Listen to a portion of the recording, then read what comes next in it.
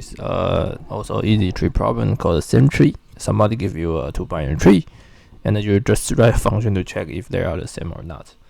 Okay, so I think it's interesting because I'm a mathematics and physics background, and I think it's very natural if somebody create object, then the next step is how you define these two objects to be the same.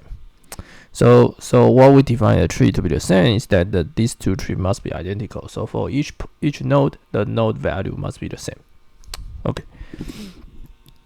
So the code is basically if you have two trees. If they are both none, then we just return true. So this is very simple because there's no nothing need to do if p is not none and q is not none. Okay, so this is very important that both need to be non non-empty. And then first we check their value should be the same, and then we just recursive call this function called the left tree to be exactly as a right left tree is exactly to be the left tree of the node, and the right tree have to be exactly the same. So we first check it, for example, for this 1 then we first check these two is the same, then we check the left tree and the right tree.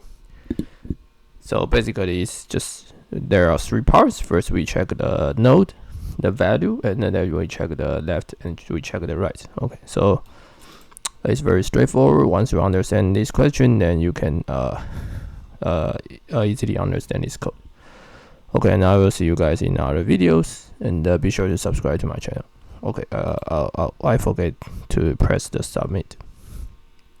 Okay, I will see you guys in other videos.